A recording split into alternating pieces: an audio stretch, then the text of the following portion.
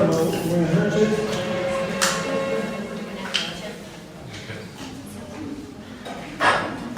Bueno, la clase de hoy se titula Provisiones. Si ustedes quieren provisiones para el viaje.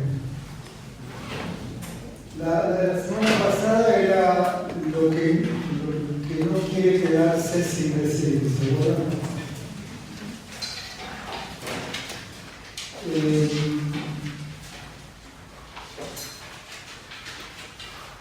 Voy ahora, antes de comenzar, dos textos de bibliografía para esta clase. Uno se llama Clínicas Profanas. Sé que algunas personas ya lo empezaron a leer. Está en el campus y está en la revista Arinata. La revista Arinata es un lugar que tienen que tener presente porque ahí publicamos las cosas que estamos trabajando. El otro texto que está en la Arinata se llama Variaciones sobre la solidaridad.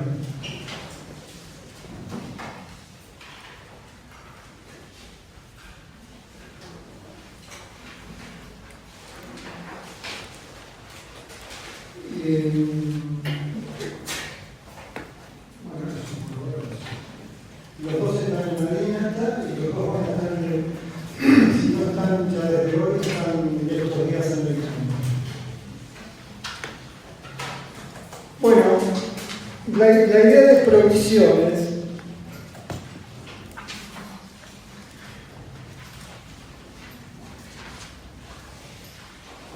la idea de provisión es muy linda, la palabra provisión. ¿Tienen presente lo que es una provisión?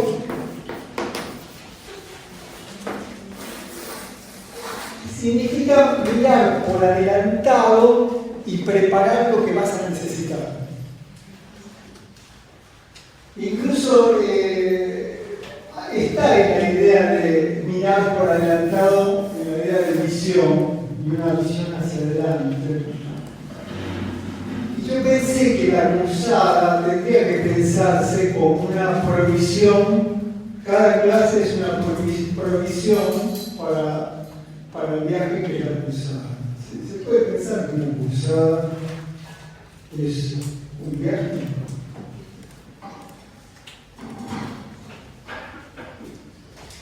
Pero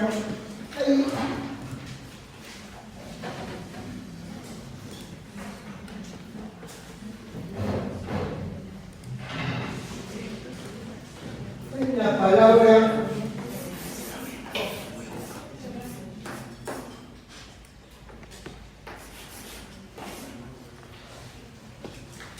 no sé cómo se pronuncia, es una voz mapuche. ¿Se lee? No, todavía esperando. Yo creo que se pronuncia roquín, y se traduce como provisiones para un viaje.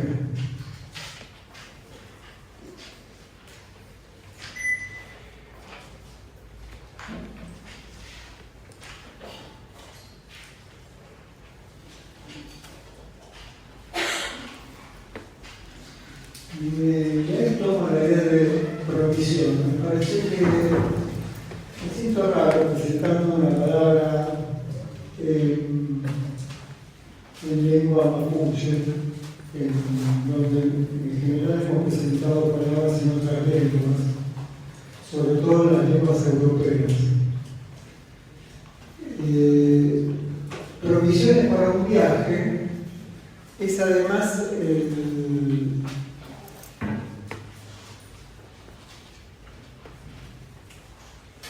¿El texto entero? No, solo voy a presentar el texto de Liliana Ancalao que está al final.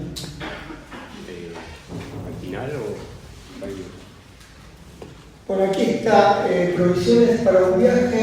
Proquín es el título de un libro de Liliana Ancalao que publicó en el 2020. Liliana Ancalao es una poeta escribe en lengua originaria, ella escribe en castellano, que es la primera lengua, y después traduce en mapuche sus poesías. El libro Provisiones, este es un apunte que está, es el apunte con el que preparé la clase, así que no está solamente, no está escrito, está como, yo le mandé a Octavio solo para tener la cita, pero bueno, está todo. Pueden espiar el apunte, son los apuntes del profesor. El libro de Liliana Encarao, que se llama Provisiones para un viaje, empieza con esta línea: escribo para recordarme quién soy, porque yo nací sin saber quién era. Así arranca Rocky, una memoria mapuche de la Patagonia del lado argentino de la cordillera. El libro empieza así, porque ella cuenta que tardó en descubrir que era mapuche, porque vivía en Chubut, cerca de Comodoro Rivadavia, y en la escolarización ocultaba ese origen, incluso en su infancia no aprendió la lengua, la escuchó hablar con su abuela. Hay así una especie de humillación y vergüenza que han sentido los pueblos originarios en los procesos de escolarización, incluso de represión de su propia lengua, de negación de su propia lengua, de olvido. En ese sentido,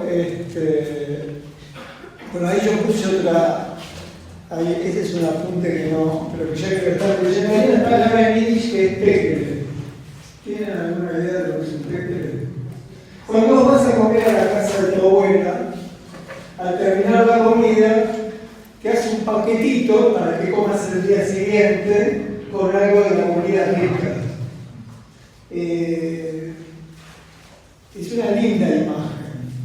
El Rocky me explica la autora que es la vianda, la comida, el alimento que te prepara alguien que te quiere para que puedas hacer el viaje.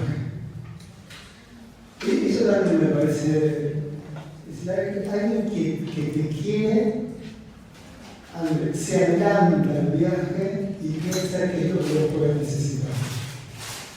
No quiero decir que en la facultad, en este encuentro, nosotros nos queremos, pero de alguna manera, si bien no sé si hay un amor entre quienes estamos aquí, hay un amor en relación al saber.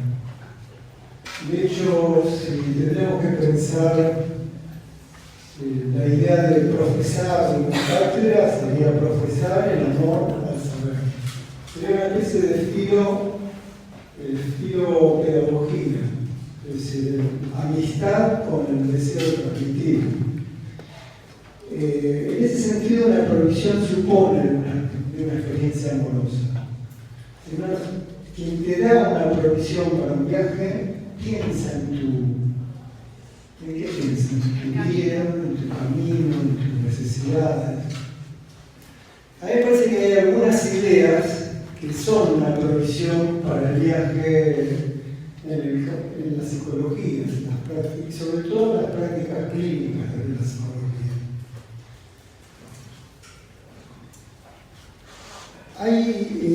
Vamos a la cita de Liliana Encarao, que está más abajo, que empieza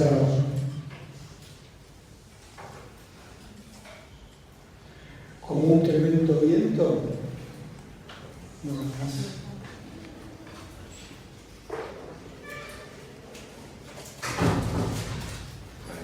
Este es un fragmento que elegí del libro. Dice: con un tremendo viento dicen que fue el malón, un torbellino en contra de los días, y eso que los antiguos eran duros, como rocas, firmes. Ahí quedó su sangre desparramada, me decís abuela, y tu recuerdo es el lago al que me asomo para sorber un trago. Hay algo de la poética mapuche y de todas las poéticas de los pueblos originarios que tienen relación con la tradición oral,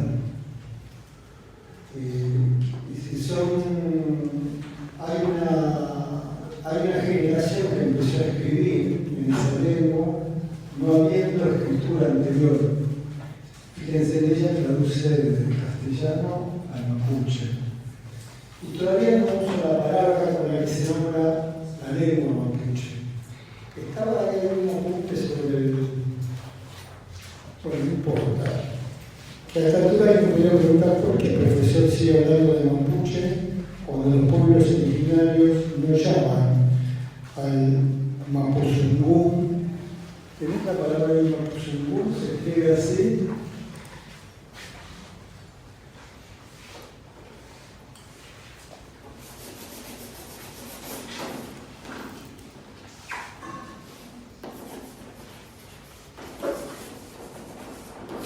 Significa la voz de la tierra, la voz de quienes viven en la tierra.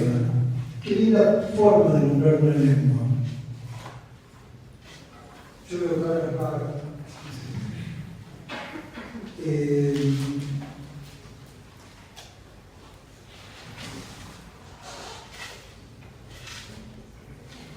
Pero volvamos al fragmento de Liliana Calor. Ahí también elegí este fragmento para recuperar la palabra malón. La palabra malón, que además en los últimos meses tuvo una presencia, no sé si no la tuvo mediática, no sé si la tuvo en el aula, lo que significó el tercer malón. Una marcha desde el norte hasta los tribunales para reclamar sobre los derechos de los pueblos originarios del norte. Una marcha, se llama tercer malón, no sé si conocen cuál fue el primero, cuál fue el segundo, pero la palabra malón es una palabra que incumbe o que moviliza a esta materia, porque malón es una experiencia común, es una que tiene una representación negativa. Malón es visto como un movimiento de salvajes, como una muchedumbre bárbara. Y como muchas palabras que tienen un significado negativo, ha sido tomada como orgullo, como podríamos decir, ¿qué palabras conocen que han sido resignificadas por las minorías como orgullos? Que han servido como insultos durante años y que de pronto son tomadas con la furia de la emancipación, de la crítica, de la rebeldía, de la bronca. ¿Conocen alguna palabra? Descamisados. ¿Cómo? Descamisados. Bueno, descamisados es una palabra que aquellos que se sacaban las camisas en las grandes gestas populares se asumieron a sí mismos como descamisados con el orgullo de las camisas raídas. ¿Otra palabra? ¿Cómo? Puto. Esa idea de transformar la idea de puto, marica, lesbiana, travestis, trans, en un valor. Bueno, nos vamos a asumir en la rareza.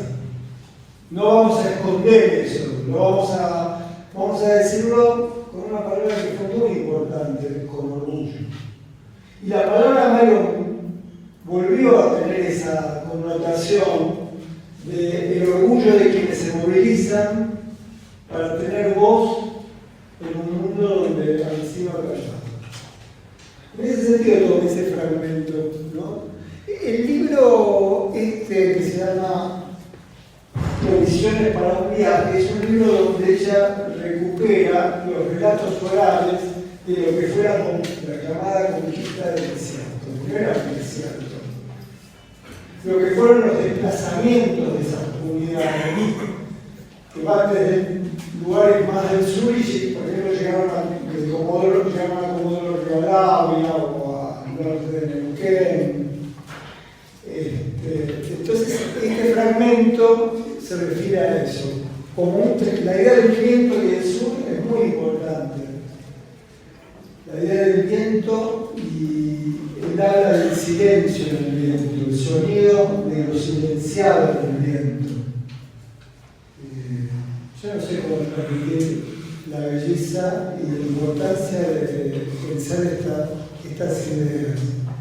Como un tremendo viento, dicen que fue el malón. Qué linda imagen. el malón como un tremendo viento. Un torbellino, que es otra manera de plantear ese remolino de viento, en contra de los días, y eso que los antiguos eran duros, como rocas firmes, ahí quedó su sangre desparramada. Me decís no vuela, y tu recuerdo es el lago al que me asomo para sorber un trago. Quiero mencionar otro poeta. Bueno, una cosa que me parece importante para la cátedra de grupos es que en Mapuzungún, además del singular y el plural, de yo, tú, él, nosotros y ellos, hay un tercer pronombre que en la lengua castellana no conocemos, que es un pronombre, ¿lo tenés ahí? La idea de los pronombres, que significa, por ejemplo, Inchiú significa entre con nosotros dos. Entre con nosotros dos. Eso me pareció, bueno, pero lo anoté para tenerlo presente, ¿no? Además del singular y el plural, existe un pronombre igual. Inchiú, que significa entre con nosotros dos. Eimu, que significa entre con ustedes dos. Fayengui, que significa entre con ellos dos. A mí esto me fascina porque todo el tiempo tratamos de pensar cómo imaginar una vida en común que no esté restringida a la idea de yo, tú, él, esa idea de que puede haber un pronombre que designe un estar con entre nosotros dos. En principio conmueve las lógicas con las que estamos pensando con las lenguas europeas. Sí, digo esto porque para el viaje que vamos a hacer, que ustedes van a hacer de aquí en más, necesitamos tener idea de cómo puede ser la vida en común sin la rigidez de los pronombres personales. Ustedes dirán, ¿por qué la rigidez de los pronombres personales? Puede haber una vida en común donde se pueda pensar un pronombre que sea yo con entre nosotros dos, que no sea yo tú, que será el enfrentamiento. Se podría ver. Yo no lo puedo ni imaginar. Sin embargo, cuando pienso que hay una lengua donde piensa otro modo de estar en común, siento un gran alivio, porque pienso que tal vez el encierro en el que vivimos es provisorio, que tal vez podemos inventar otros modos de la vida en común. Esta materia se ocupa de eso. Porque si algo tiene que ver con la idea de grupos es el vivir con, el estar con, el pensar con. Y me encanta la idea de pensar con nosotros dos. Bueno, eso es un apunte personal para seguir pensando. Hay una cosmovisión donde la paridad compone un equilibrio, eso también me llamó la atención, ¿no? Se necesita, porque ahí la idea del par lleva la idea de la paridad, que puede haber, porque en el yo y el tú no hay una paridad. El yo no es lo mismo que el tú. El yo es el lugar afirmativo, el tú, ¿no? Ahí se pone una relación. Bueno, ahí inventamos muchas palabras: vínculo, relación, conexión, lazo, deseo de posesión. Una vez que planteas un yo y un tú, se arma un gran quilombo.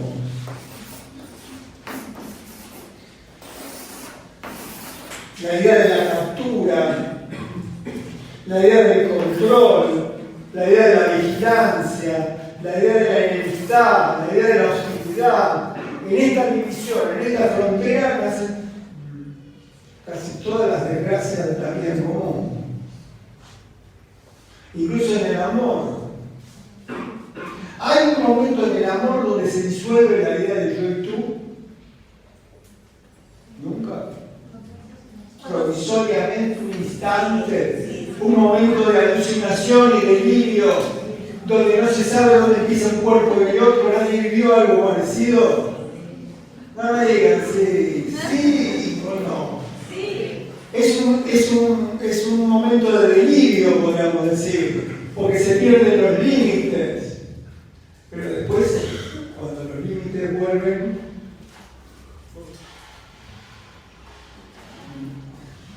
complicado.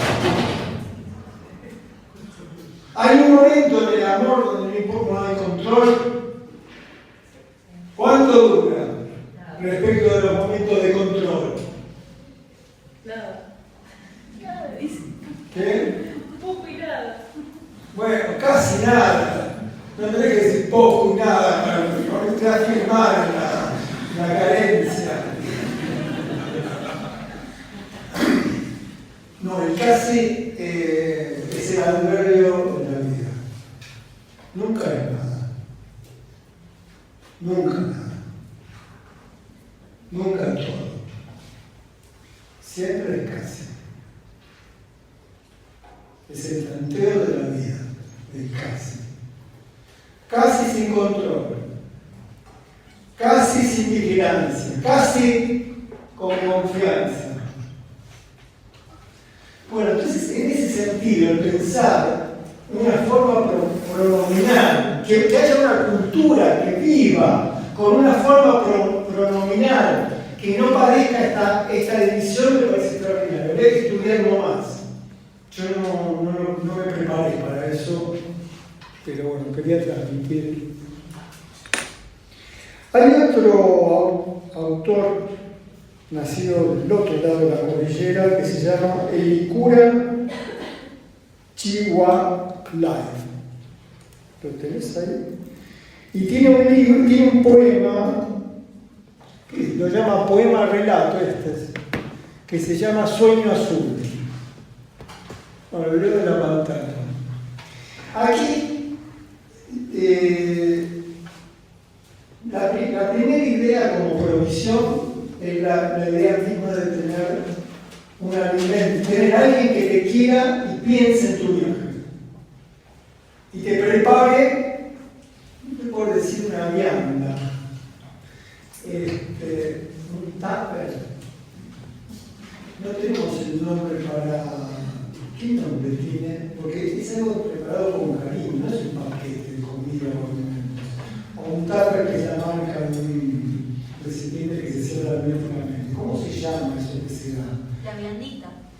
Viandita con cariñoso. La primera provisión es la viandita. Vamos a usar esa hasta que se nos ocurra. La segunda es lo que yo llamo... ¿Cómo lo llamo esto? Escucha del fuego. La idea de la escucha del fuego es clave para pensar la vida en común. ¿Alguien ha tenido la experiencia de estar alrededor de un fuego? ¿Tienen esa vivencia de la ronda alrededor de un fuego? ¿No les parece inolvidable? Hay una circunstancia de hechizo, hay una circunstancia de cercanía. Además, me atravesó otro pensamiento, que en este momento el desastre climático es tremendo. Con las altas temperaturas se están incendiando los bosques. Y entonces la realización de este momento alrededor del fuego se me vino como un papel tremendo. Un fuego sin alrededor, un fuego sin escucha, un fuego como la destrucción del planeta, pero también la destrucción de la escucha, la destrucción de la palabra, la destrucción de la cercanía. Hay una relación entre la catástrofe que está viviendo el planeta y la catástrofe de la escucha. La escucha del fuego está relatada en este poema, que él lo describe como un poema relato. En internet, en YouTube, tienen videos para poder escucharlos hablar, tanto a Liliana Yomar como a el que además es el que hace el prólogo del libro provisión para el viaje. Miren qué hermoso que es esto. Dice, por las noches oíamos los cantos, cuentos y adivinanzas a orillas del fogón, respirando el aroma del pan horneado por mi abuela. Hay una frase que dice toda la provisión que ustedes tienen que usar esta materia. Esa idea de, primero por las noches, ojalá que acá hubiera un fogón y esta clase fuera en la oscuridad de la obra. Una vez hicimos un fogón en una obra y se dio la larga y no era un fogón, era pena nada más. Y una vez que llevamos parciales trajimos una especie de fuente de hierro y quemamos parciales y el humo provocó otro caso que son las grandes hazañas que nos costaron grandes problemas políticos e institucionales. Y recién trataba de instalar una gran fogata, pero qué bueno sería poder recobrar la idea de un fogón donde se oigan cantos, cuentos y adivinanzas. Esa idea del juego con la palabra y la historia. A orillas de un fogón, respirando el aroma, bueno, eso ya es hermoso, ¿no? El pan horneado de mi abuela. Mientras mi padre y mi abuelo, Lonco, jefe de la comunidad, observaban con atención y respeto. Hablo de la memoria de mi niñez y no de una sociedad idílica. Allí me parece aprendí lo que era la poesía, las grandezas de la vida cotidiana, pero sobre todo sus detalles, el destello del fuego, de los ojos, de las manos. Sentado en las rodillas de mi abuela, oí las primeras historias de árboles y piedras que dialogan entre sí con los animales y con la gente. Nada más, me decía, hay que aprender a interpretar sus signos y a percibir sus sonidos que suelen esconderse en el viento. A mí me parece que esta idea, disculpen lo que voy a decir, esto se está grabando lamentablemente, me gusta más que los lugares comunes del psicoanálisis. La idea de que hay algo que se esconde en el viento me parece mucho más interesante que la idea de la represión, el disfraz, el desplazamiento metonímico y demás sospechas que tiene la civilización europea sobre los pensamientos que anidan en nuestros. ¿De dónde anidan los pensamientos? Porque acá no hay una idea de profundidad interior. Los sonidos suelen esconderse en el viento. Incluso fíjense, no hay la idea de diálogo europeo con el sí mismo. El viaje interior, la idea de bucear en la interioridad, toda esa perspectiva de la civilización europea no está presente en esta lengua. El diálogo, primeras historias de árboles y piedras que dialogan entre sí. Es decir, escuchan un diálogo, hay una escucha en la vida, no en el yo, no en esa construcción imaginaria del sí mismo. Esto me interesa. Puede haber una idea que no sea la que nosotros estamos, a las cuales estamos administrados, del yo, del sí mismo, que están además sostenidas hoy en los discursos más violentos de la política argentina.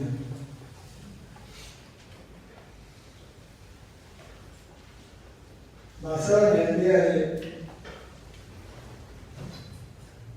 mi yo, mi dinero, mi emprendimiento, mi territorio. Esa idea de la posesión de un yo. Acá hay una idea que me conmueve, que es la de un diálogo y una escucha que va más allá de la ficción de interioridad.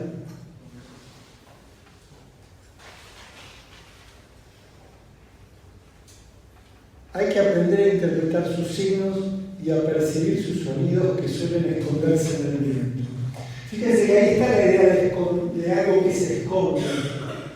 Pero no se esconde en una profundidad inaccesible, en un espacio oscuro, en un lugar subterráneo. Todas las lógicas que hemos hecho se esconden en el viento. Es otra lógica. Hay otro tipo de escucha.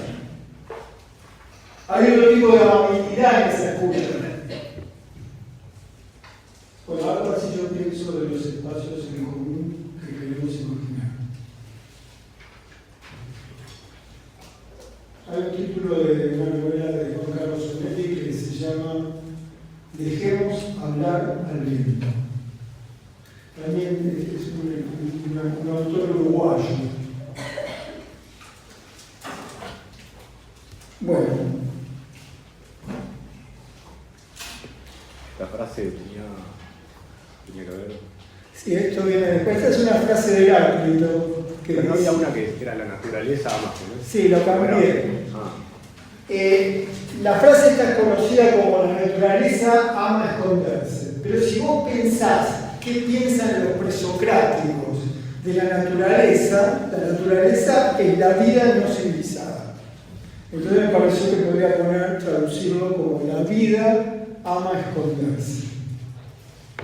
Pero eso es el final de la clase, ¿no?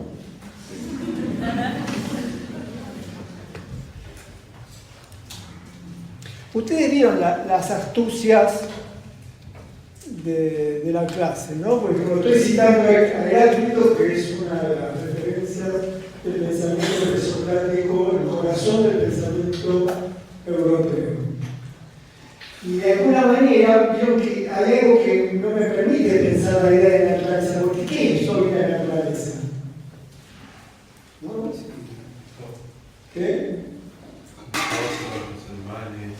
Sí, pero ya no hay naturaleza en el sentido de algo que esté por fuera del pensamiento, de la civilización, de la palabra. Fíjate, los incendios no son un fenómeno de la naturaleza. Me recibo a decir que es un problema climático. Es el problema de una civilización que ha recalentado el planeta, una civilización que piensa la vida como un recurso natural para la producción, el extractivismo, la destrucción, el consumo. Va a decir que eso que era naturaleza ha sido intervenido por una civilización depredadora. ¿No se puede pensar como naturaleza del hombre y sujeta al hombre como manipulador? Bueno, pero esa civilización inventó la idea de naturaleza como un recurso a manipular, como un recurso a utilizar. Si vos pensás que se trata de... Los pueblos originarios no piensan que hay una naturaleza y una cultura. Hay una vida. La tierra habla, siente. La tierra tiene corazón. El viento tiene suavidades que palpitan, tiene piel. En el viento están las memorias de los ancestros. Hay una vida en eso que la cultura occidental llamó naturaleza, que se llama vida. Me parece que la mejor manera de nombrarla es diciendo vida. Y eso te hace, no sé, el solo hecho de decirlo te estremece. No se está manipulando la naturaleza, se está destruyendo la vida. Yo me parece que si hablamos así, ese estremecimiento es necesario, porque si no se establece una distancia que nos permite vivir blindados. No es un bosque que se está incendiando, es el aire que respiramos que se está destruyendo. No es un lago o un río que se ha secado, es el agua que nos va a faltar. Es la vida que se empieza a secar, no es un río, es la vida que se seca. Y si la vida se seca, estamos sintiendo de otro modo. Me parece que también una de las cosas que está en juego aquí es inventar una escucha de la vida que no sea la que Estamos acostumbrados a una escucha blindada, una escucha llena de insensibilidad. Me parece que si hay algo que, por ejemplo, los pueblos originarios no hablan de razón, hablan de corazón. ¿Hay algo para aprender ahí? ¿Hay corazón en el aula? Profesor, ¿dónde firma el presente? La firma del presente es una firma del corazón, es una firma de la administración. Me imagino que alrededor del fogón se pase una lista para ver quién está presente.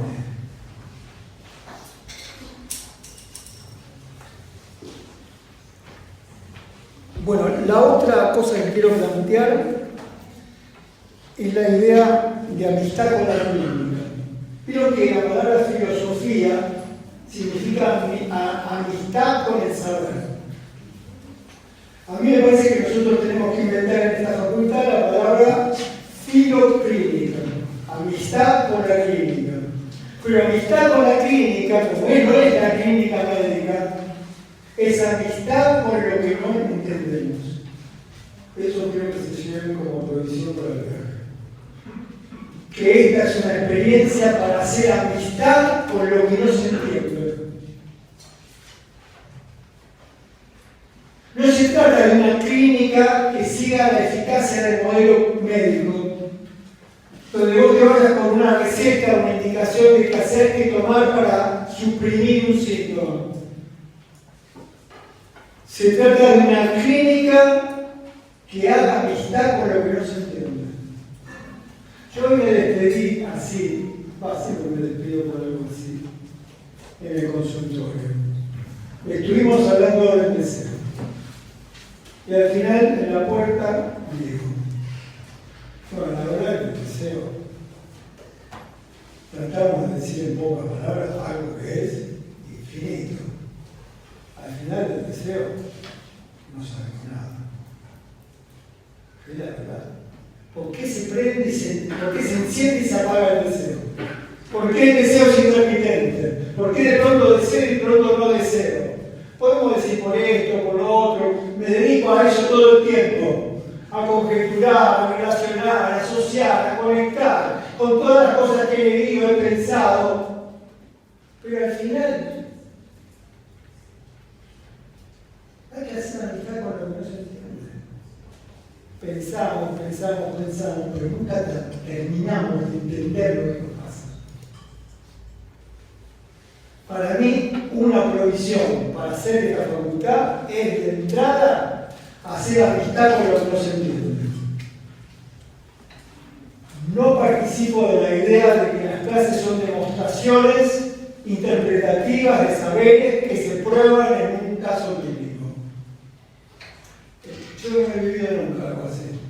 Nunca he resuelto ningún enigma, ningún misterio. Tengo que declararme en fracaso o en disidencia. Prefiero declararme en disidencia. Para mí lo que se llama fracasar, lograr en la clínica es amistad con el no saber, con el no entender. ¿Se entiende? No quiere decir me importa un dedo lo que te pasa.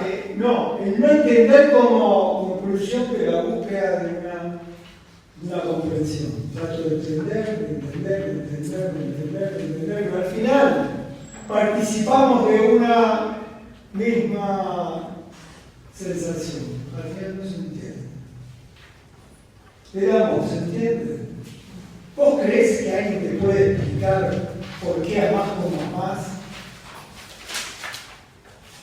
Podemos pensar que eso tiene relación con, podemos pensar que viví tal cosa, fui testigo de tal cosa, podemos pensar en esto, en lo otro, pero llega un momento en que, bueno, la verdad no sé. ¿Hay que estar de acuerdo con eso? No. Porque yo no sé. Para mí, hacer amistad con lo que no se entiende es un modo de evitar la clínica, no detectives. Yo odio a los psicoanalistas que se hacen los detectives.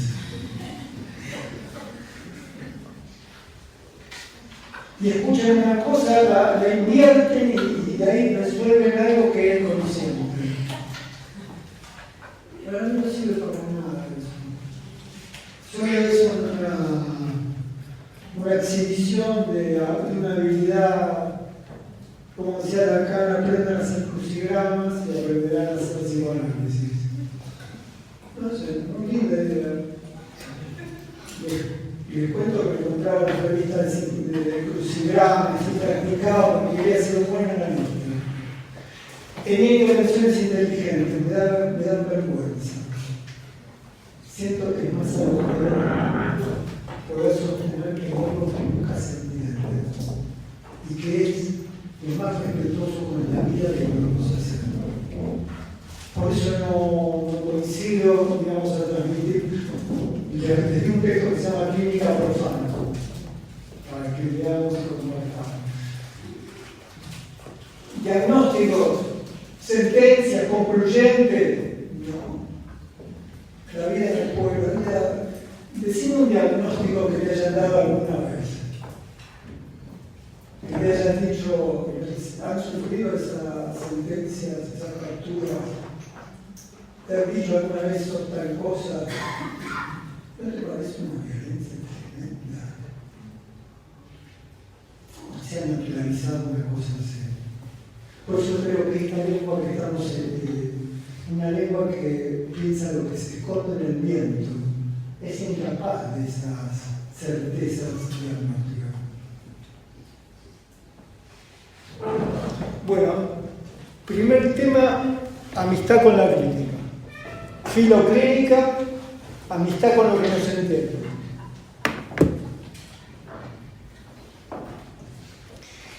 Este punto se llama La clínica comienza.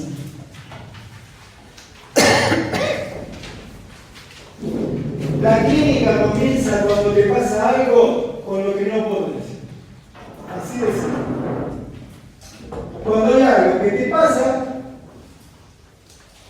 que no podés entender. Con lo que no sabes qué hacer. Esos ruidos son de la facultad que no soporta este discurso. Se resiste, es el ruido de los diagnósticos, de no hay una interpretación reveladora.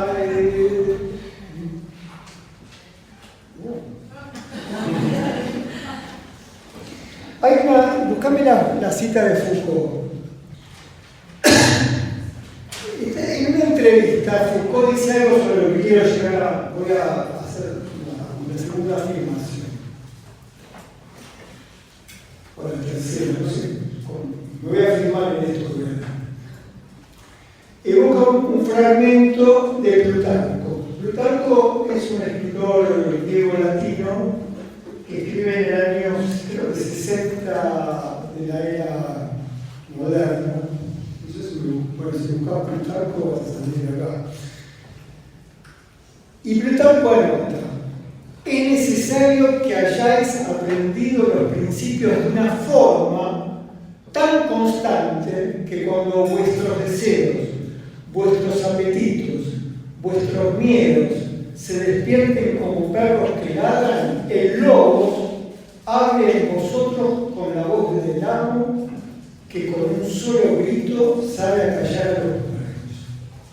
Se parece mucho a lo que Freud muchos años después va a plantear como la lucha o el conflicto entre lo que él llamaba instancias psíquicas, yo, superyo y ello. Pero me gusta mucho más como está diciendo, cómo lo dice Plutarco, y yo creo que tiene que ver con algo que vivimos nosotros. Hay un momento que nuestros deseos, nuestros apetitos, nuestros miedos se despiertan como perros. Bueno, ahí dice que yo si lo cambiaría, pondría como perros hambrientos. Tenemos esa experiencia donde deseos, impulsos son imparables. ¿Alguien está a salvo de esa experiencia? De eso que se llama no lo puedo controlar. A partir de mañana Después del desborde, empieza otra vida. ¿Vieron esa promesa que uno hace? Y después no se puede controlar. El tema de los consumos, de todos los consumos. Es decir, la fascinación que produce, la envoltura.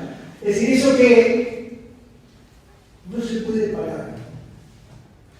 Acá Plutarco dice que cuando aparezcan esos apetitos, tiene que haber un logos. ¿Qué es un logos? Un discurso, un habla, una sentencia, una moral, algo que esté organizado en el pensamiento para resistirse al impulso. La verdad es que para ser dentro del siglo I de la era actual, de la era moderna, era un gran pensamiento, era un moralista, es el autor de los primeros libros de psicología en la historia occidental, que se llamaban Vidas Paralelas. Él tomaba una vida célebre griega y la comparaba con una vida célebre romana. Y ahí comparaba cómo era la sexualidad, cómo era la alimentación, cómo era la cotidianidad. Es decir, los primeros tratados de psicología son los de Plutarco. Esto no lo van a escuchar en otro lado, parece. La idea de que el logos se presente como un amo que haga callar a los perros. Esta idea de un logos que en cierto modo podrá funcionar sin que vosotros tengáis que hacer nada. Vosotros os habréis convertido en el logos, o el logos se habrá convertido en vosotros mismos. ¿Vieron que eso no funciona? Por que nosotros digamos, la próxima vez ante el impulso, ¿qué haces ante un impulso incontrolable? Bueno, llámame. Antes de volver a hacer lo que no sé qué nombrar, no quiero, no sé, díganme algo, antes de volver a eso que no puedo controlar. Llamar a tu ex. Antes de que vayas a llamar a tu ex, llámame a mí. Certificado de compañía de Alejandra Pizarnik, ¿se acuerdan? ¡Qué sabiduría, Alejandra! Inventó el certificado de compañía, lo tenía en el bolsillo. Olga Orozco era como su último velo, su última frontera para frenar un impulso. ¿Y qué decía Alejandra? Se me gastó, hacerme otro.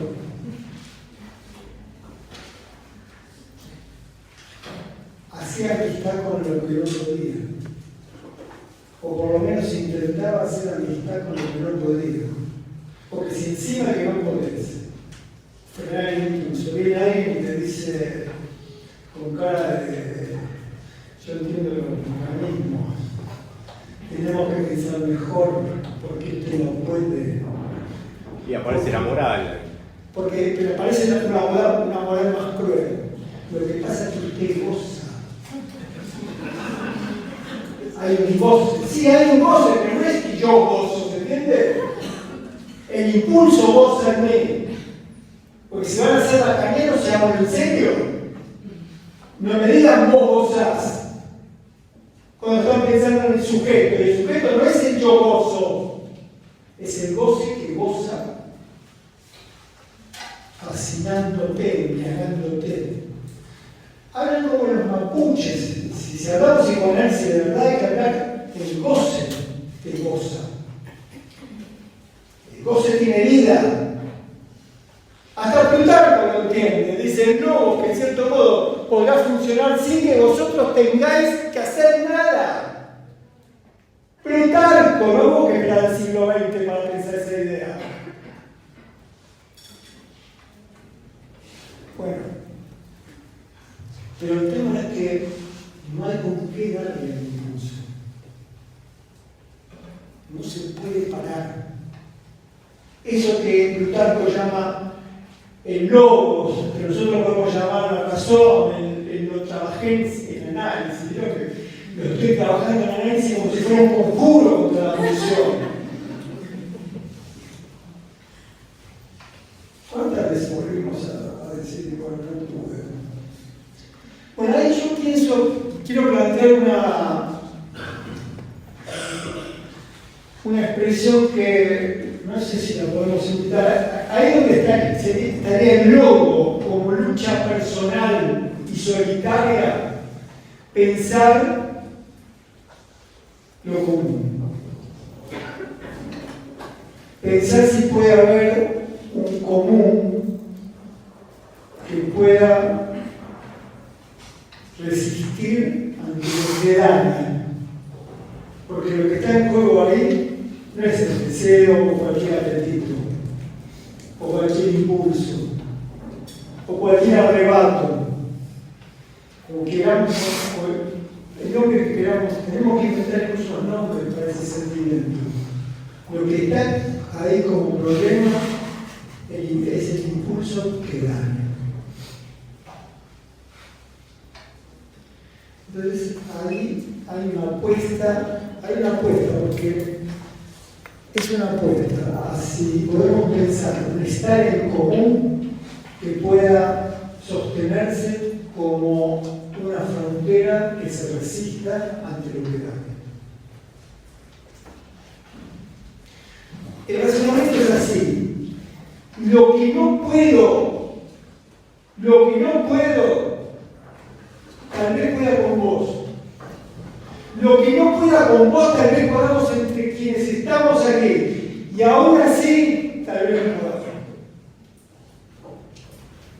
Pero mientras tanto, hubo un intento de poder con.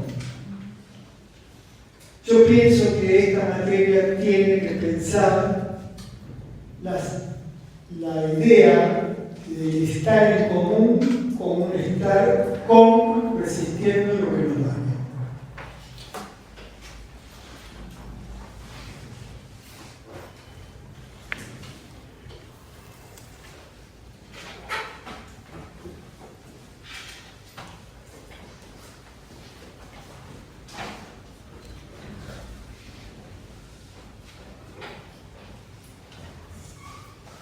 Bueno, otra provisión, otra cosa para el viaje.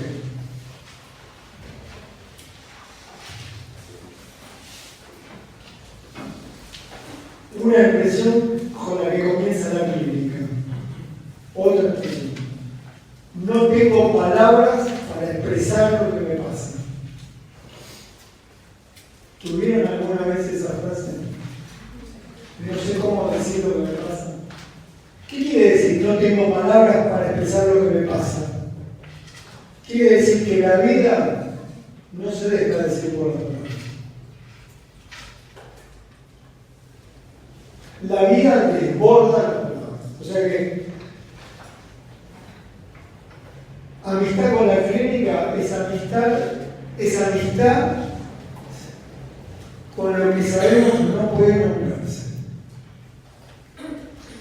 Nos pasamos todo el tiempo tratando de nombrar la vida, pero no tenemos que creer que lo vamos a lograr.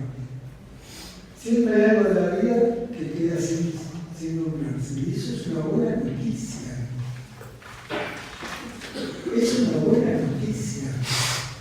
Hay algo que está más allá de todos los nombres y todas las cosas que podamos pensar. No es un fracaso de la interpretación. ¿A quién se le ocurrió que la vida se interpretaba y se descifraba como si fuera una novela de Agatha Christie? Que se describía, se podía descubrir quién era el asesino. ¿A quién se le ocurrió que la vida acontece así? Como una novela. Bueno, de hecho el psicoanálisis surgió, esto está planteado en el libro Sesiones en el naufragio, en el capítulo sobre las paranoias. El psicoanálisis nace junto con la novela policial europea. Nace en la misma época. No es casualidad. No es casualidad. Hay una relación entre literatura y pensamiento todo el tiempo. Que nosotros no tengamos una relación con las literaturas de los pueblos originarios es otro problema. Tenemos que recuperar esa memoria. Porque tal vez hay, no quiero realizar la literatura de los pueblos originarios ni nada, pero tal vez ahí hay una idea. Hay algo que nos invita a pensar de otra manera. Por ejemplo, un pronombre que no teníamos previsto.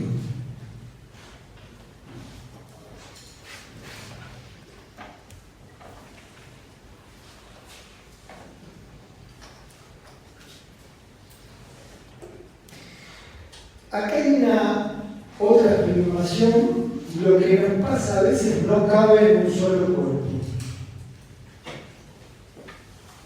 Lo que nos pasa no cabe en un solo cuerpo.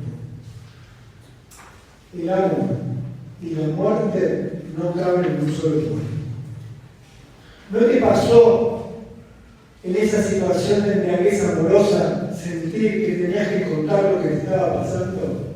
Porque no cabía en ese limitado cuerpo que habitas tanta emoción, tanta sensación, tanta excitación, tanta ilusión, tanta alegría. ¿No te ha pasado llamar a las 3 de la mañana a alguien para contarle a que no sabes qué me pasó?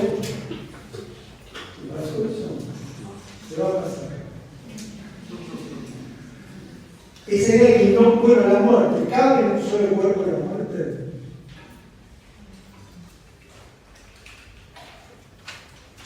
El abrazo.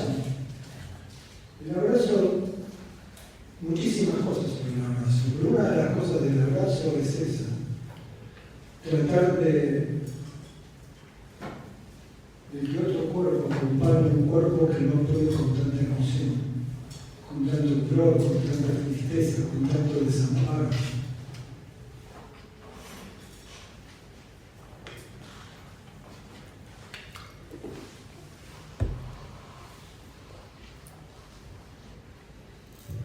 Otra afirmación. La vida trasvasa nuestra experiencia sintiente.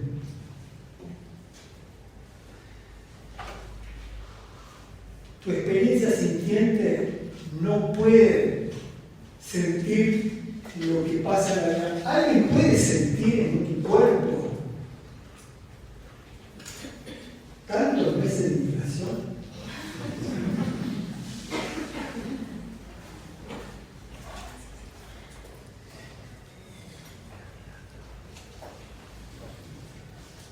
Ponele que podés sentir la incertidumbre respecto de qué va esta materia. No entiendo qué hablan, no sé, hay una incertidumbre, no hay ninguna certeza, hay una amistad con lo que no se entiende. Bueno, yo estoy con lo que no se entiende, pero hay que ver si en el parcial la amistad con lo que no se entiende le sirve para ser consciente. Ponele que esa incertidumbre te da. Pero escucha, la incertidumbre de vivir en Argentina, ¿se la vamos con un solo cuerpo? La incertidumbre de vivir en un planeta que está, como decíamos antes, en una situación de catástrofe. ¿Qué cuerpo se la banca? ¿Qué pasa con todo eso que sentimos? ¿Dónde está?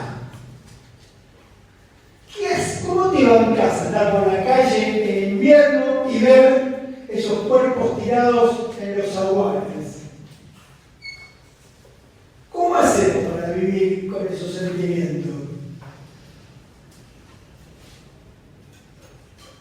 ¿Cómo hacemos? Hay una sola manera,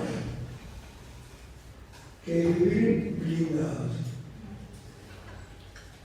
No sentir tanto. Pero el no sentir tanto va creando una distancia entre... ya ni nos miramos para no sentir tanto. No sé, yo los estoy viendo a los ojos. Para mí es insoportable ver tantos ojos. No, es insoportable. Es extraordinario que alguien te mire a los ojos, pero muy inquietante. Hay que tener una práctica, si no, si te de golpe te das vuelta, venís acá, no vendrías acá. Si no es así, no. Te iba a decir, venía a ver cómo ves.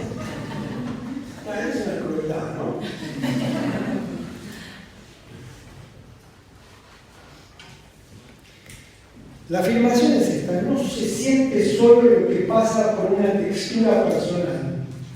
En cada segmento de la existencia pasan marejadas que hablan. Pasa la historia, pasa la civilización. Esto me parece que es otra afirmación de esta materia. No se siente solo lo que pasa en una textura personal. Sentimos la vida. Así. Lo que pasa es que como la vida es tan insoportable, blindamos.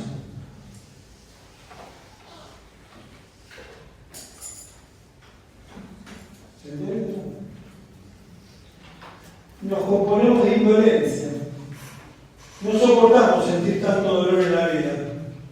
Entonces sentimos un dolor personal. Por eso triunfa lo que se llama el individualismo. Escuchate, ocupate de vos. Como dice uno de los candidatos, si alguien se quiere drogar y matarse, que se mate. Pero no hagas que yo lo pague. Lo único que me interesa es eso. No lo tengo por qué pagar yo. Que se mate, pero que no sea un costo para el Estado. Si se quiere drogar, que se drogue. Pero yo no quiero pagar el tratamiento. Que se joda. Es su decisión. ¿Por qué tengo que pagar yo su decisión? Y si se quiere matar, que se mate, dice.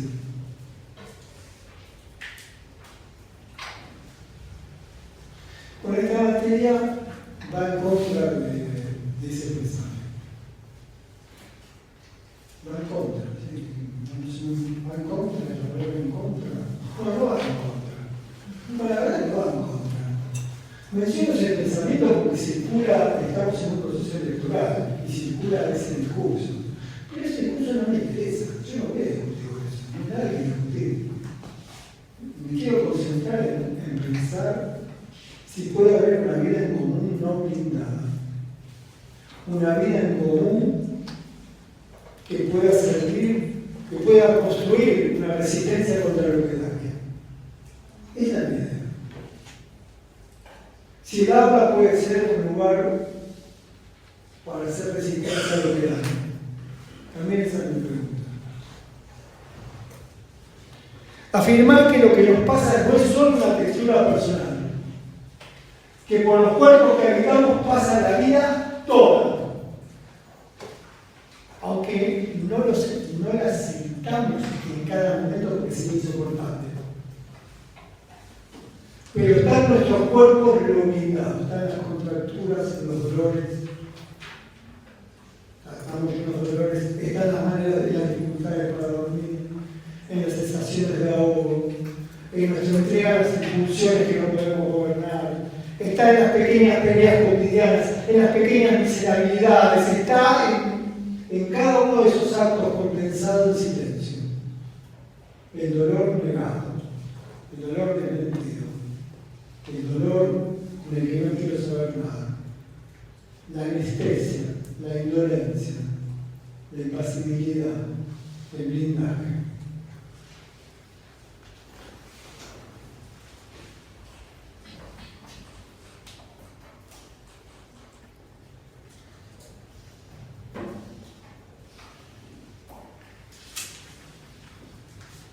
¿Cuál es esta pregunta es refugio? Otra provisión para el viaje. ¿Cuáles son los refugios cuando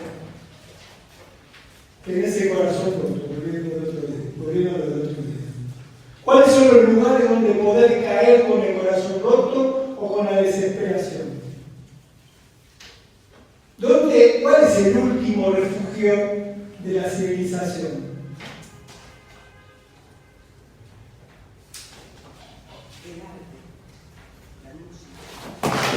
No son el último. Pero porque para el arte necesitas un resto. Pero en medio de un dolor insoportable, ¿a dónde vas cuando algo te duele y no podés vivir con ese dolor? A muerte. Con otros. ¿Eh? Con otros.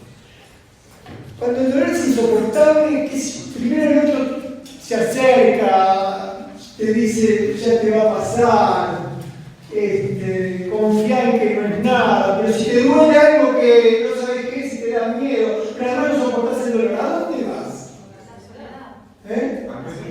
¿A la? Ya estás en la soledad. Estás en la soledad del dolor. ¿A dónde vas a pedir algo? ¿Qué? A un bar a emborracharte. Al Sí, psiquiatra. porque cuando te duele, tenés tanto dolor. El alcohol no paga el dolor. Y te vas a la A la guardia. Vas a una guardia. No vas a, acá tenemos a.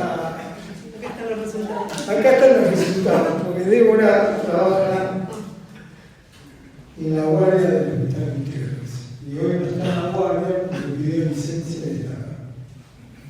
No se va. No Es más angustiante estar acá que en la guardia. Sí. ¿No es el último refugio, Débora? Yo coincido también con el de la iglesia que dijeron por ahí, porque se escucha un montón. Y bueno, por ahí hay distintos, no sé. Bueno, pero. No monopolicemos refugio. Sí, no, está la iglesia, el primer refugio es la compañía. Sí, pero yo quiero decir, cuando no alcanza la compañía, no alcanza la palabra sanadora de Dios, o de la fe, y cuando no tenés espacio para el arte, para la música. Pero si no es un dolor orgánico, va al hospital también en una guardia. Y hay desesperaciones que te llaman a la guardia. ¿Vos estás en una guardia? Sí, hay guardias de salud mental, que se llaman de salud mental. Son desesperaciones, no sabes a dónde ir, no sabes qué tomar. No hay palabra que te. Bueno, yo quise decir, una provisión que quería plantear es esa. Por ahí nada más decir que una recomendación de si alguien va a una guardia que también vaya acompañado, porque a veces si la guardia funciona como un último refugio, que a veces también falla, y por ahí ir con compañía, por ahí se puede resistir esa expulsión, que si es del último refugio es como... Claro, ese es otro tema tremendo. Si ese es el último refugio y no te atienden, te tratan mal.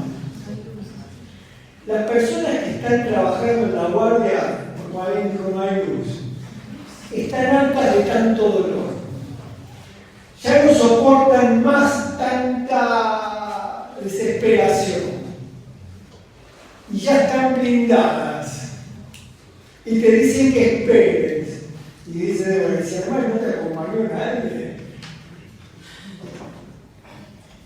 necesitamos cuidar esos refugios. Necesitamos, quienes estamos aquí, necesitamos volver a ser hospitalarios la guardia. Restituir el lugar de la hospitalidad de lo común. El hospital público, la guardia. Que el último refugio de lo común sea amable, suave. Aunque solo alguien esté ahí para preguntarte qué te pasa. O solo te apoye la mano en la frente para percibir si estás aludiendo. Un gesto de acogida. La provisión, entonces, para el viaje es inventar gestos de acogida para que no muera la hospitalidad. En una guardia, si no estás no podés sostener ningún gesto de acogida. La guardia tiene que ser un espacio de acogida común para quienes trabajan. De amorosidad para quienes están ahí.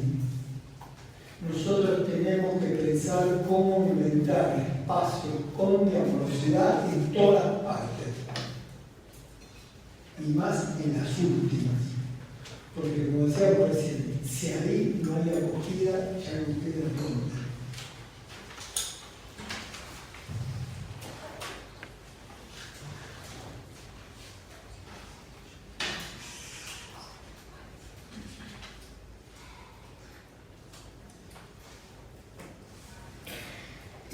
Este punto se llama relevos. Y es sencillo la idea del relevo. Cuando hay sensaciones que no podemos nombrar, alguna palabra puede venir de relevo. Eso es lo que pasa mucho en la clínica. Tal vez esto que usted está diciendo es tristeza. No, no es tristeza, es más bien nostalgia, pero tampoco es nostalgia. Bueno, tal vez es una tristeza fastidiada. Entonces, tentar relevos para nombrar esas sensaciones. ¿Entiendes eso? La clínica es un espacio en donde, a pesar de no entender, recuerden, la amistad con lo que no se entiende, tratamos de inventar, de buscar palabras amables que rodeen con sonidos suaves y delicados aquello que no se entiende. No dejar lo que no se entiende rodeado de un desierto, sino rodeado de palabras. Por eso la clínica siempre supone eso, intentar nombrar lo que te pasa. Me contás lo que te pasa, no nos contás lo que te pasa. Allá alguien dijo, voy a tomar lo que dijiste, no llamar a tu ex. Ponle que no, yo te cuento, mira, no puedo parar y son las 12 y empiezo a ver si está conectado. Y entonces estoy por mandar un mensaje. ¿Cómo se llama eso que me pasa? Díganme. Ansiedad. Y yo te digo... Calentura. Me vas rodeando de palabras. No sé si es ansiedad, no sé si es calentura, pero me hace bien escuchar que no habrá una palabra que no nombré. Demanda. ¿Cómo? Pulsión. ¿Tenés una pulsión? Bueno, sí, es una pulsión, pero yo tengo ganas, no sé si es ganas. Soledad. ¿Qué? Soledad. Es la soledad, para mí es la soledad, pero también no es la soledad, porque yo tengo como que gritar, pero yo quiero llamar ahí. Mira esa cosa de que pasás por la palabra y te vas de la palabra y te dis otra. Qué bueno que sea a las 3 de la mañana y que toda la gente acá, que te diga palabra. Díganme otra más, porque no me alcanza, ya estoy por llamar. Decime algo. Patetismo. Patetismo. Patetismo, sí. Odio el patetismo. Pero no puedo parar. Prefiero ser patético. Capricho. Capricho, quiero poseer. Llega un momento que te dormís. Arrullado, ¿terminaste sabiendo lo que te pasa? No. O le escribís a otra persona. Escribís a otra persona. No terminás sabiendo lo que te pasa, pero rodeaste ese no saber con un montón de tentativas que trataron de relevar en esa urgencia de ofrecer algo que te relevara de tu soledad. Y si la palabra no alcanza, porque muchas veces la palabra no alcanza, ¿qué te queda? Si no te venís a quedarte conmigo. ¿Al amigo o al ex? Yo creí que lo tenía resuelto, pero ahora que me decís eso, no sé a quién llamar. Ibas a llamar a una amistad cercana y finalmente le escribiste al ex. Y después vas a la guardia. ¿Qué? Después vas a la guardia. Después vas a la guardia. Y después quisiera que la guardia te trata mal.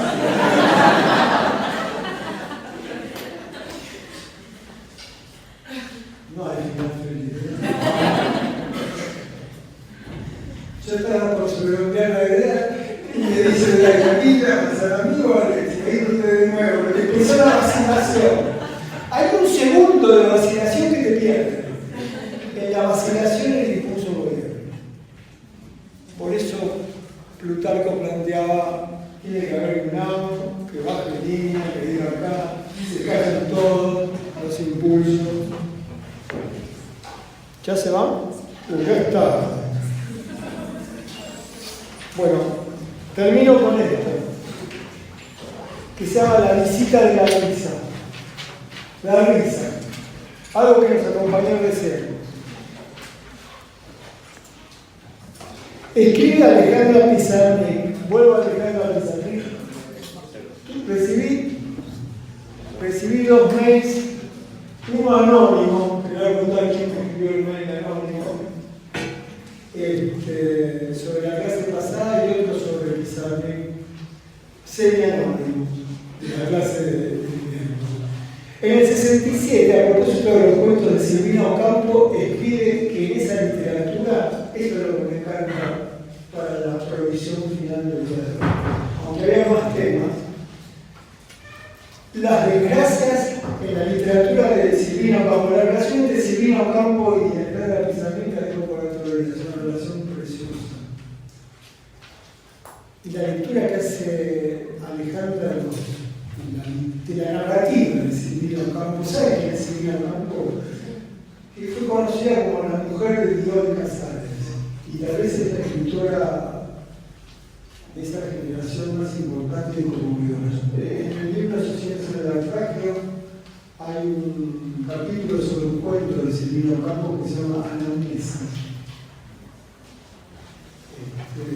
Dice Alejandra Pizarnik, las desgracias en su literatura, las desgracias reciben las visitas de los chistes.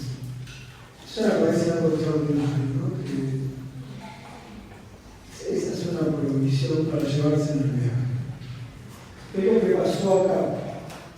Gracias, como ustedes se dan cuenta, hay un grupo que estaba preparado la clase de hoy para reírse de los chistes. No crean que fue espontáneo. Las desgracias reciben la visita del chiste. El chiste como complicidad amorosa, no como burla de la ficción, no como desprecio, ironía que te lastima, no como sarcasmo, como algo que te hiere, que te corta de dolor, que te deja en una soledad separada, sino el chiste como eso que viene a visitarnos en la desgracia, o en el no saber. Qué lindo es recordar que hoy nos reímos en un momento en común, un pequeño momento en común, nos reímos de no saber cómo parar un impulso. Llévense ese momento para la próxima noche de impulsión y antes de la guardia.